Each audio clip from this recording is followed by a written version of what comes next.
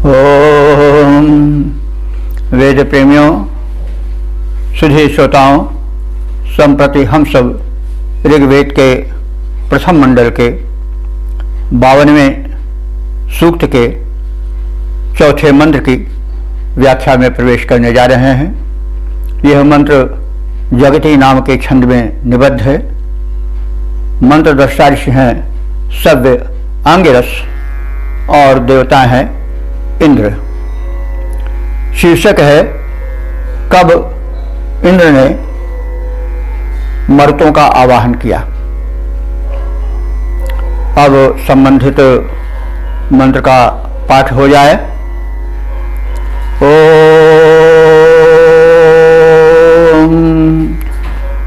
आयं प्रणन्ति दिवि सद्मवर्हिषः समुद्रं न शुभ्वः स्वाभिष्टयः तं वृत्रहत्ते अनुतस्थुरुतयः सुषमा इन्द्रमवाता अर्हुत्स्वा।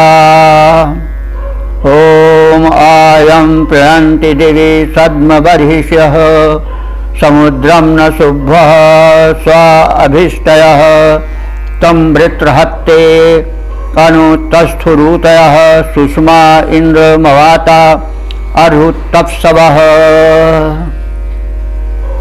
अब शब्दार्थ देखें। शब्द वर्हिषः, सद्म वर्हिषः, सद्म कहते हैं घर को। तो यहाँ घर से मतलब हुआ यज्ञ घर, यज्ञ भवन, और वर्हिषा का अर्थ हुआ है बैठने वाला। वर्हि कहते हैं कुश को, और वर्हिषा माने कुशासन पर बैठने वाला। तो कुशासन पर बैठने वाले कौन हैं? यहाँ पर यज्ञ के स्तोताओं जो मंत्रोच्चारण कर देव विशेष का आवाहन करते हैं, यहाँ पर इंद्र का आवाहन है। इसलिए इंद्र से निवेदन किया जा रहा है कि सद्मवर्हिषः माने यज्ञ भवन में कुशासन पर बैठने वाले स्तोतागण दिव्यम, दिव्यम माने द्विलोक में विराजमान। कौन? इंद्र को, इंद्र के लिए आया है। तो जो द्विलोक में विराजमान है संप्रति, वे शुभ्वा समुद्रम ना, शुभ्वा का यहाँ पर अर्थ है सुष्ठु भवति इति शुभ्वा, जो श्रेष्ठता से अच्छी प्रकार से उत्पन्न हो वो शुभ्वा है। तो यहाँ पर नदी के लिए आया है, क्योंकि नदी जो है वो कोई खोद कर नहीं बनाई जाती है, वो स्वयं बड़े वेग से अच्छी प्रकार से प्रवाहित होती है। इसलिए यहाँ पर प्रसंगवश उसको शुभ्वा कहा गया है। तो शुभ्वा माने नद्या, सुष्ठु भवन्ति इति शुभ्वा। तो शब्दार्थ भी यदि चाहें तो नोट करते चलें, एक कोश में वृद्धि होगी। तो यह स्तुतियों के विशेषण रूप में आया है। हमारी स्तुतियां इंद्र की ओर कैसे प्रवाहित हो रही हैं? जैसे कि शुभ्वा यानी नदियां प्रवाहित होती हैं। तो हमारे इस यज्ञ भवन में जो स्तोतागण हैं वे कुशासन पर विराजमान होकर के स्तुति गायन कर रहे हैं, और वे स्तुतियां नदी के प्रवाह की भांति इंद्र की ओर जा रही हैं।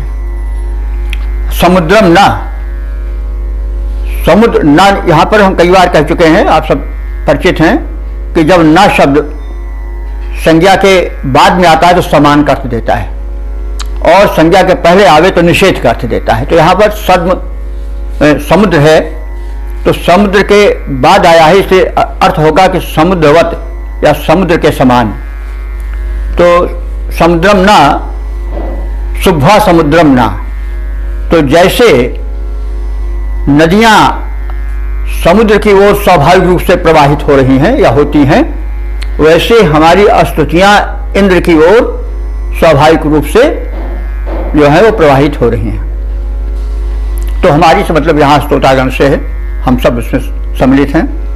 तो यह कहा जा रहा है कि सम्यक यानी संप्रति इस समय हे इंद्र देवता, हमारे जो स्तोतागण हैं वो यज्ञ भवन में कोई शासन पर आसीन हैं। इंद्र की ओर जो इस समय दिव्यम माने द्विलोक में विराजमान हैं, कुछ हमसे थोड़े दूर हैं, तो इसलिए हमारे स्तोताओं की स्तुतियां उनकी ओर उसी प्रकार से प्रवाहित होती चली जा रही हैं जैसे समुद्र की ओर नदियां प्रवाहित होकर के बड़े वेग से चली जाती हैं। तो अब तम इंद्रम, उस इंद्र को स्वाह अभिष्टया, स्वाह अभिष्टया माने अपनी अभीष्ट की पूर्ति के लिए, यानी अपने इच्छित पदार्थ की प्राप्ति के लिए, ऊतया, ऊत कहते हैं रक्षा को, ऊतया माने संरक्षण हेतु, बहुवचन है ऊतया, संरक्षण हेतु या संरक्षण देने वाले।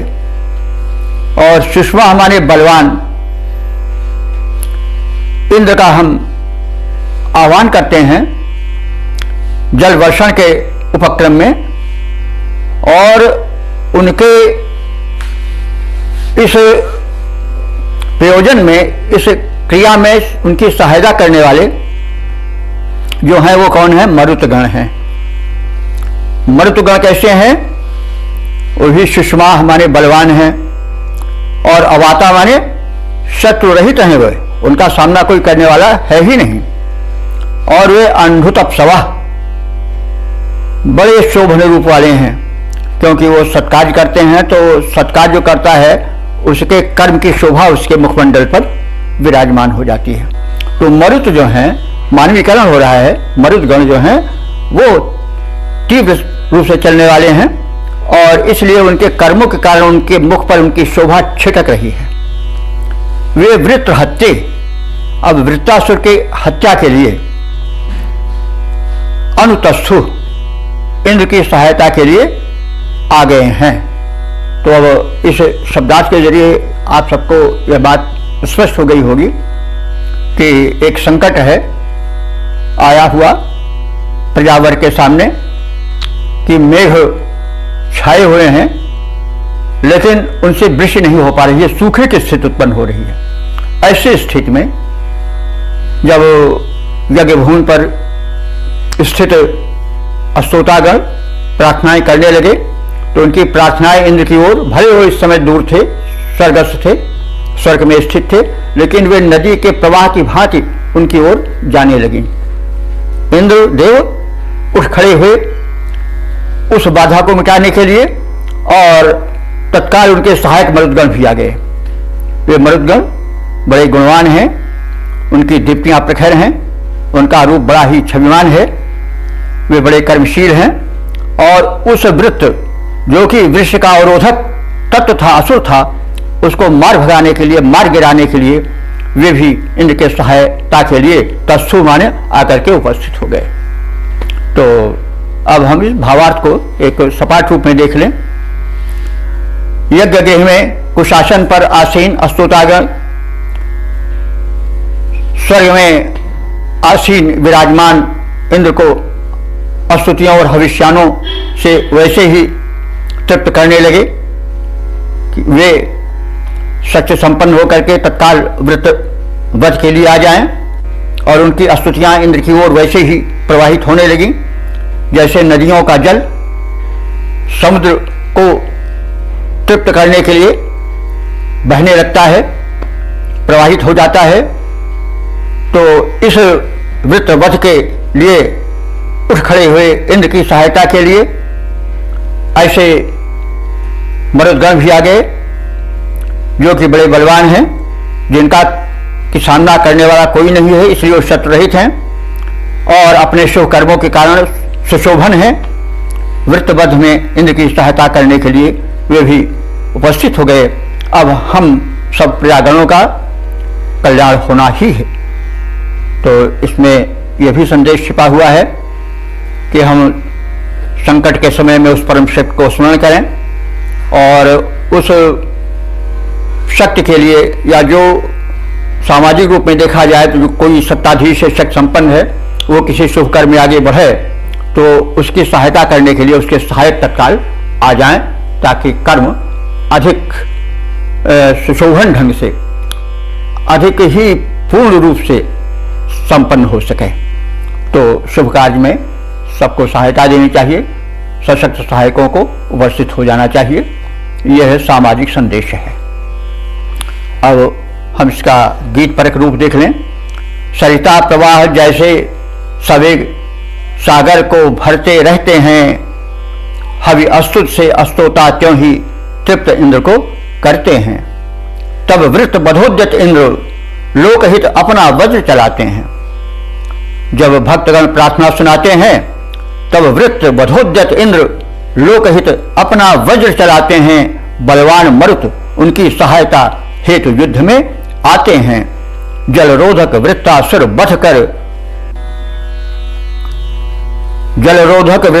वध कर भू का दुख हरते रहते हैं, यानी पृथ्वी का दुख हरते रहते हैं। सरिता प्रवाह जैसे सवेग सागर को भरते रहते हैं, हवि अस्तुत से अस्तोता त्यों ही तृप्त इंद्र को करते हैं। तब वृत्त बधोद्यत इंद्र लोकहित अपना वज्र चलाते हैं। बलवान मर्द उनकी सहायता हेतु युद्ध में आते हैं। घनाक्षरी छंद में भी इसका स्वरूप देख लें। यज्ञ गृह में विराजमान यजमान जब, यज्ञ गृह में विराजमान यजमान जब इंद्र को पुकार कर स्तुति सुनाते हैं। स्वर्ग में विराजमान इंद्र सिंधु के समान भक्त निज स्तुति की नदियां बहाते हैं। तृप्त इंद्र वृत्त के बधार्थ निज घोर वज्र हाथ में उठाते और वृत्त पे चलाते हैं। तो जल यवरोधक बधार्थ वृत्त दानव के मरुत भी वेग से सहायता में आते हैं। मरुति भी वेग से सहायता में आते हैं। ओम वेद प्रेमियों, सुधी श्रोताओं, संप्रति हम सब ऋग्वेद के प्रथम मंडल के 52वें सूक्त के 5वें मंत्र की व्याख्या में प्रवेश करने जा रहे हैं। यह मंत्र जगती नामक छंद में निबद्ध है। मंत्र दृष्टा ऋषभ्य आंगिरस हैं और देवता इंद्र हैं। शीर्षक है इंद्र द्वारा वृक्ष अवरोधक असुरों का संहार। और संबंधित मंत्र का पाठ हो जाए। ओम अभि स्ववृष्टिं मदे अस्य युध्यतो रघ्वीरिव प्रवणे संश्रुद्रुतयः इंद्रो यद्वज्री धृष्यमाणो अंधसा भिनद् बलस्य परिधिरिव त्रितः। ओम अभिस्ववृष्टिं मदे अस्य युध्यतो रघ्वीरिव प्रवणे संश्रुतयः इंद्रो यद्वज्री धृष्यमाणो अंधसा भिनद् बलस्य परधीरिव त्रितः। अब शब्दार्थ की ओर उन्मुख हों। थोड़ा शब्दार्थ जानने के पहले इसके प्रारूप को जान लें। यह प्रसंग एक रूपक रूप में आलंकारिक ढंग से प्रस्तुत किया गया है। वृष्टि के नियामक नियंता प्रभारी इंद्र हैं। वृत्त और बल दो ऐसी अवरोधक शक्तियां हैं, असुर शक्तियां हैं, जो कि मेघ के रूप में छाई रहती हैं, जल भरे रहती हैं, लेकिन उन जल भरे मेघों को बरसने में रोक देती रहती हैं। तो वृत्त और बल आज ऐसे असुर मेघ हैं जो पानी तो भरे रहते हैं किंतु बरसाते नहीं हैं। उस समय मरुत अर्थात हवाओं की सहायता से मानसूनी हवा यहाँ पर मरुत को लेना चाहिए। इंद्र अपना वज्र अर्थात बिजली के प्रहार द्वारा वृष्टि की भूमिका बनाते हैं और वृष्टि होने लगती है। इस रूपक को इस मंत्र में स्पष्ट रूप से समझना चाहिए। और वेद तो एक काव्य भी है और इस तथ्य को एक रूपक रूप में प्रस्तुत किया गया है। मंत्र की व्याख्या करते समय, उसका अर्थ करते समय हम इसे ध्यान में रखें। तो अब मंत्र का अर्थ जाने। मदे माने आनंद में या उत्साह में। सुअवृष्टिम, स्ववृष्टिम का खंड है सुअवृष्टिम, यानी उत्तम वृष्टि न करने वाले असुरों के साथ। युद्धता माने युद्ध करने वाले या युद्ध करते हुए। अस्य माने इसको। उतयः माने रक्षक, रक्षा हेतु। रध्वी प्रवणे इव, रध्वी, रध्वी कहते हैं जो वेग से, प्रवण माने प्रवाह करे।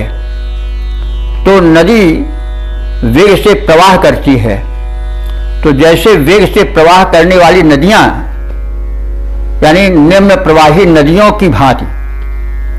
अभिशश्रु माने वे दोनों देव उद्यत हो गए। अंधसा धृष्माणा माने सोम से शक्ति प्राप्त करते हुए, यानी सोम एक ऐसा पदार्थ है जिससे कि देवगण तृप्त होते हैं और शक्ति संपन्न होते हैं। वो सौम्य पदार्थ है, जैसे उसके विषय में कहा गया है। तो यदि हम उसको एक मधुर पेय मानते हैं तो, और उसको बलशाली पेय मानते हैं, तो उससे शक्ति में वर्धन होता ही है, तेजी आती है। और अगर सौम्य प्रार्थना से उसको जोड़ें तो भी जब हम किसी के बलवर्धन में प्रोत्साहित वचन बोलते हैं उसके बल में वृद्धि आती है। तो इसलिए अंधसा धृष्मा, अंधसा माने सोमयुक्त हव्य पदार्थ को सेवन करके बलवान हुए वज्री इंद्र माने वज्र धारण करने वाले इंद्र ने, यद माने जब, बलस्य भिनद, बलस्य माने बलासुर नाम के असुर का संहार किया, भिनित माने उसको मारा। तब त्रिता परिधीनी, तब वो तीन ओर से घिर उठा और उसकी सीमाएं तोड़ डाली गईं और फिर वृष्टि प्रारंभ हो गई। तो इस प्रकार से हम इसका सपाट अर्थ भी, भावार्थ भी जान लें। सोमपान से हर्षित इंद्र उत्तम वृष्टि अवरोधक, जो वृष्टि उत्तम है उसके अवरोधक असुरों से युद्ध हेतु उद्यत हो गए। उन्होंने अपने हाथ में वज्र संभाला। सहायक मरुदगण उपस्थित हुए नदी के प्रबल वेग की भांति। वे प्रबल वेग से उन दोनों दैत्यों की ओर दौड़ पड़े। सोमपान से उनकी शक्ति काफी बढ़ गई थी। इंद्र ने अपने प्रबल वज्र को संभाला और जल के अवरोधक ये बलासुर और वृत्तासुर, इन दो असुरों को मार डाला और सीमाओं को तोड़ करके उसमें धारावृष्टि जो है वो प्रारंभ होने लगी। और वे जो वृष्टि को रोके हुए बादल थे वे छिन्न भिन्न हो गए और उनका जो भरा हुआ जल था वो नीचे आ गया। तो इसमें यह संदेश है कि शत्रुओं का मिलकर सामना किया जाए और साथ ही साथ जो लोग धन को भरे हुए हैं, संचित किए हुए हैं और अपने ही तक सीमित किए हुए हैं, उनको दंडित किया जाए और उनके धन को लोकोपकार हेतु लगाया जाए, धरती पर लाया जाए। धरती पर लाने का मतलब हुआ कि सामान्य जनों के हित में लगाया जाए। तो इसके हम गीतबद्ध रूप को देख लें।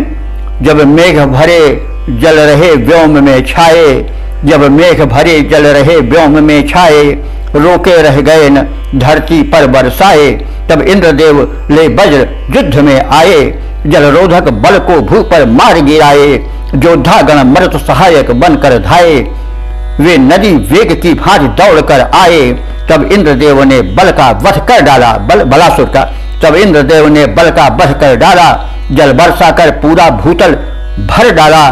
इंद्र मरुत के मेल ने कष्ट मिटाए, जब मेघ भरे जल रहे व्योम में छाए, रोके रह गए न धरती पर बरसाए, तब इंद्रदेव ले वज्र युद्ध को आए, जल रोधक बल को भू पर मार गिराए।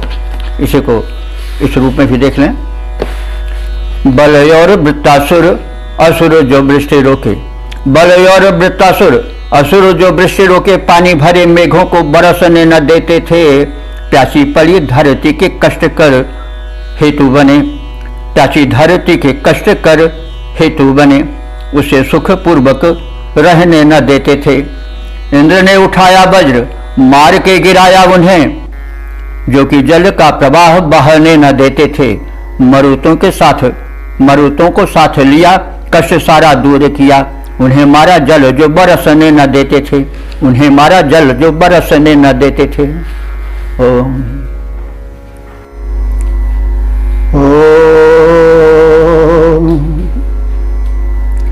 वेद प्रेमियों, सुधी श्रोताओं, संप्रति हम सब ऋग्वेद के प्रथम मंडल के 52वें सूक्त के 6ठे मंत्र की व्याख्या में प्रवेश करने जा रहे हैं। यह मंत्र जगती नामक छंद में निबद्ध है। मंत्र दृष्टा ऋषि हैं सव्य आंगिरस और देवता हैं इंद्र। शीर्षक है वृत्तासुर निहंता इंद्र। अब संबंधित मंत्र का पाठ हो जाए। ओम परिघृणा चरति तित्विशेषवोपोवृत्ति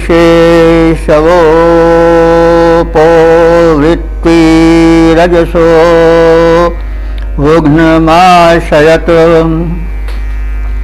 वृत्रस्य यत प्रवणो दुर्गिर्भिश्वनो निजगन्धन्थ हन्नोरिन्द्र तन्नतुम्। शब्दार्थ जाने। अपह वृत्ति, अपह कहते हैं जल को, और वृत्ति माने उसको समेटने वाला, माने रोकने वाला, यानी जलावरोधक। यह वृत्तासुर के लिए आया है। देखिए, वृत्तासुर को जान लें। सृष्टि जो है वो दो शक्तियों में बंट करके चलती है। एक शक्ति है रचनात्मक शक्ति और दूसरी शक्ति है ध्वंसात्मक शक्ति। तो रचनात्मक सृष्टि ध्वंसात्मक सृष्टि को पराजित कर लोकहित में संलग्न रहती है, और जो ध्वंसात्मक शक्ति होती है वह उसे रोकने की चेष्टा करती है, अपना प्रभाव जताती है। इंद्र जो है वो सर्वशक्तिमान है। सृष्टि अथवा ब्रह्मांड की संचालिका नियंता शक्ति इंद्र है। वो संतुलन स्थापित करती है सृष्टि संचालन में। तो जल जो है वर्षा के माध्यम से आता है, और वह धरती का जीवन है। वृष्टि के अवरुद्ध हो जाने पर त्राहि त्राहि मच जाती है। उस त्राहि त्राहि को मचाने वाला जो जलावरोधी है वह है वृत्तासुर। इंद्र का उससे विरोध है। तो ये समस्त वर्णन आलंकारिक हैं, लेकिन एक तथ्य को प्रकट करने वाले हैं। एक शक्ति की समग्रता को पहचानने के लिए संदेश देने वाले हैं, दिग्दर्शन कराने वाले हैं। तो वृत्तासुर आसुरी शक्ति है जो जीवन में विघ्न डालती है और सृष्टि संचालन में बाधक होने के कारण जो सृष्टि का नियंता है इंद्र, और जो उसके सहायक और हैं, मरुदगण हैं, त्वष्टा हैं, अन्य देवगण हैं, वे उसमें यानी उस सृष्टि के सुचारू संचालन में संलग्न करते रहते हैं, उसकी सहायता करते हैं। अब पानी बरसता है, बादल गरजते हैं, बिजली चमकती है, इन सब दृश्यों को ही स्थूल रूप से इन मंत्रों में जो आप सुनेंगे या सुन चुके हैं पहले चित्रित है, किंतु उसके पीछे संदेश भी है कि दिव्य शक्ति का जो सर्वश्रेष्ठ सत्ता है वह संसार में एक संतुलन रखे, जो ध्वंसात्मक शक्तियां हैं वे बढ़े नहीं, और जो उस परम सत्ता के अधीन दिव्य शक्तियां हैं वे सदैव सहायक रहें। इसी प्रकार से लोक में भी है, एक परम सत्ता होती है जिसे राजा कह सकते हैं, प्रधानमंत्री कह सकते हैं, राष्ट्रपति कह सकते हैं, जो कुछ भी कहें, उसके अधीनस्थ और भी शक्तियां होती हैं, सब मिलजुल करके एक व्यवस्था को सुंदर रूप देती हैं। तो यही सब बातें इन मंत्रों में मिलेंगी। तो आवश्यकता है कि इस दृष्टिकोण में ध्यान रख करके मंत्र की जो लोक विधायक शक्ति है और जो उसकी शिवात्मक ऊर्जा है उसको हम ध्यान में रखें। तो अपहवृत्ता माने जल को जो जीवन दायी तत्व है उसको घेर करके यानी रोक करके वो वृत्तासुर नाम की आसुरी शक्ति रजसः बुद्धनम आश्यत। रजसः कहते हैं माने आकाश को, रज माने प्रकाश, तो आकाश में प्रकाश रहता है इसलिए आकाश को रज भी कहा जाता है। तो रजसः हमारे आकाश के ऊपर अंतरिक्ष पर वह जो ध्वंसात्मक शक्ति है जिसको ऋषि ने वृत्तासुर का नाम दिया है, वो सोया हुआ था, चैन से रह रहा था। जो दुष्प्रवृत्ति वाले लोग हैं वो लोक अहित करते हैं और बड़े चैन से सोते हैं, वही कुछ संकेत दिया गया है। लेकिन ऐसे करने वालों के प्रति जो रचनात्मक शक्तियां हैं वे न सोई रहें, वे जागें और इन दुर्वृत्तों को, दुराचारियों को, ध्वंसात्मक शक्तियों को, संबंधित व्यक्तियों को विनष्ट करें। तो इस स्थिति में जब जल प्रवाह यानी जीवन प्रवाह रुक गया था तो प्रवणे उस जल प्रवाह को गतिशील बनाने के लिए, प्रवण माने प्रवाहशील बनाने के लिए इंद्र, हे रचनात्मक शक्ति के संचालक देवता, दुर्गभि शनः वृत्रस्य, तुमने दुर्गभि माने बड़ी कठिनता से वध किए जाने वाले, दबाए जाने वाले, मारे जाने वाले उस वृत्त के अवरोध को दूर करने के लिए हनु माने होता ठुड्डी, ठुड्डी प्रमुख का एक भाग है, उस पर तुमने अपने वज्र से प्रहार किया। फलस्वरूप यानी तन्नितुम निज घंट, तन्नितुम कहते हैं तने हुए वज्र को। जब अपने तने हुए वज्र द्वारा उस वृत्तासुर के ठोड़ी पर प्रहार किया, निजघंट उसको मारा, तो इम माने उस परिघ्रणा चरती, इंद्र के चतुर्दिक शत्रुजयी दीप्ति का चरित माने विचरण प्रसरण होने लगा। और शवः तितिक्षे, शवः माने होता है बल। वैदिक संस्कृत में शव शब्द का अर्थ बल में है। आज शव दूसरे अर्थ में प्रयुक्त होता है, लेकिन आप देखेंगे प्रायः जहां शव शब्द आया है वो बलवाचक है। तो शवः तितिक्षे, तितिक्षे माने प्रकाशित हुआ। तिष्ठ कहते हैं प्रकाश को, और तितिक्षे माने प्रकाशित हुआ।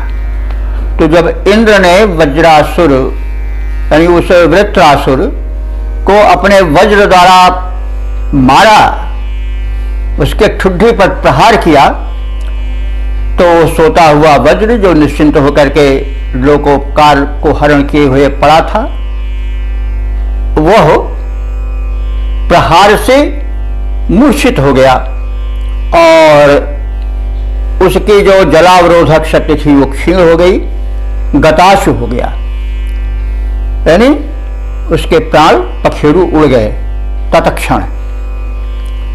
तो वैसे तो फिर प्राण जाता है, फिर जन्म होता है, तो कोई चीज नष्ट होती नहीं है, लेकिन तत्काल उस समय के लिए वृत्रासुर का वध हो गया। तो ये मतलब नहीं कि वध होने का मतलब यह कभी नहीं है कि व्यक्ति यानी वो शक्ति बिल्कुल समाप्त हो गई। वध का अर्थ हुआ कि क्षणिक या कुछ काल के लिए वो शक्ति नष्ट हो गई, फिर वो शक्ति उत्पन्न होती है। तो यही है हमारी संस्कृति में मान्यता है, और ये वैदिक वैज्ञानिक मान्यता है कि कोई चीज नष्ट नहीं होती है, वो अपना रूप परिवर्तन करती है।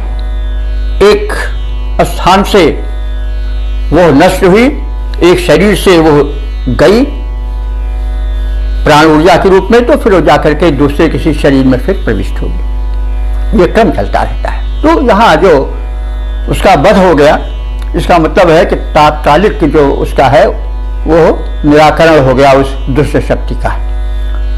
तो कहने का यह मतलब है कि जो जलावरोधक ध्वंसात्मक शक्ति वृत्रासुर के रूप में थी, जिसने धरती की जीवनी शक्ति जल को वृष्टि कार्य में अवरोध बन करके अपने को उपस्थित किया था, उस अवरोधक शक्ति को, जिसको वृत्रासुर का नाम दिया गया है, उसको उस संतुलन स्थापन करने वाली शक्ति परम सत्ता इंद्र ने विनष्ट किया और उसके प्रबल बल का अवरोधन किया, प्रहार किया उस पर, उसे मार डाला, अवरोध दूर हो गया। और इस कार्य से उस इंद्र की, उस परम सत्ता की, उस ध्वंसात्मक शक्ति के विनाशक इंद्र की और उसके वैभव की, बल की, पराक्रम की दीप्ति चारों ओर फैल गई और उसका यह दुष्ट संहारक तेज जो था चारों ओर फैल गया। तो जब व्यक्ति सत् कार्य करेगा तो उसका यश फैलेगा ही। तो इसलिए सत्ताधीशों को दुष्ट विनाश में दानवीय शक्तियों के, दानव आज भी ऐसी बात नहीं है, हमेशा रहेंगे, क्योंकि शक्तियां जो है, यह सृष्टि का नियम है कि दो शक्तियां हैं, एक ध्वंसात्मक है, एक रचनात्मक है, दोनों चलती रहेंगी। यह त्रिकाल सत्य है, पहले भी था, आज भी है, आगे भी रहेगा। उसी प्रकार से उसका निराकरण करने वाली जो रचनात्मक शक्तियां हैं वो भी सक्रिय रहेंगी। वो उस परम शक्ति के टुकड़े टुकड़े रूप में, या कहिए कि विभक्त रूप में चारों ओर फैली हैं, हर राष्ट्र में, हर स्थान पर। तो जो सत्ताधीश हैं, जो शक्ति अपने हाथ में रखते हैं, जिनको पावर मिली हुई है, उनका ये कर्तव्य है कि उन शक्तियों का जो ध्वंसात्मक हैं, समाज में विकृति फैला रही है, प्रगति में बाधक हैं, उनको निःशंक होकर के नष्ट करें। और इसका फल क्या होगा कि उनके बल की, उनके पराक्रम की, उनके बुद्धि की, उनके कृत्यों की चारों ओर प्रशंसा होगी। तो यह संदेश है कि जो शक्तिशाली सत्ताधीश हैं, शासन संचालक हैं, वे दुर्वृत्तियों को, आसुरी शक्तियों को निःशंक होकर के उनको नष्ट करें, लोक मंगल करें। इससे उनको कीर्ति मिलेगी, यश मिलेगा, पुण्य मिलेगा। ये संदेश मंत्र का है। इसका हम एक सपाट अर्थ भी देख लें एक बार। जब वृत्र नामक असुर जल को बाधित कर, वृष्टि को रोककर अंतरिक्ष पर निश्चिंत होकर के सो गया था, मेरा कोई क्या बिगाड़ पावेगा, तब जल को मुक्त करने के लिए उस दुर्धर्ष वृत्तासुर के ठोड़ी पर इंद्र ने वज्र प्रहार किया और ऋषि संबोधित कर रहा है कि हे इंद्र, हे शक्तिमान, तुमने जो प्रहार किया, वृत्र वध किया, इससे तुम्हारी कीर्ति चारों ओर फैली और तुम्हारे बल का प्रकाशन हुआ, उसका गुणगान हुआ। तो इस प्रकार से यह एक रूपक भले हो लेकिन एक संदेश लिए हुए है, जैसा बताया गया है। तो इस पर आप सब जो श्रोतागण हैं चिंतन मनन करें, क्योंकि मंत्र का अर्थ ही होता है मनन करना। मननात् त्रायते मंत्र। जब हम उसके अर्थ पर चिंतन मनन करते हैं तो वो हमारी रक्षा करता है, हमें प्रकाश देता है, हमें आत्मबल देता है, हमें जो दैवी शक्तियां हैं, रचनात्मक शक्तियां, उनको जागृत करता है और ध्वंसात्मक शक्तियों को नष्ट करता है। तो सर्वत्र चल रही हैं दोनों शक्तियां, शक्ति दोनों हैं और इस पर विचार करना चाहिए, मनन करना चाहिए और तदनुसार आचरण करना चाहिए। अब इसका हम घनाक्षरी में रूप देख लें, अर्थ देख लें। वृत्तासुर जल रोक सोयांतरिक्ष मध्य, जल वृष्टि रुक गई, रुका जल का प्रवाह। वृत्रया तो धान था महान बलवान और घोर दुराधर्ष बल विक्रम भरा उछाह। जल मुक्ति हेतु किया घात घोर ठुड्ढी पर, इंद्र ने भरा प्रबल निज उर में उछाह। इस कृत्य से तुम्हारे बल का प्रकाश हुआ और होने लगी चारों ओर तेरी वाह वाह, और होने लगी चारों ओर तेरी वाह वाह।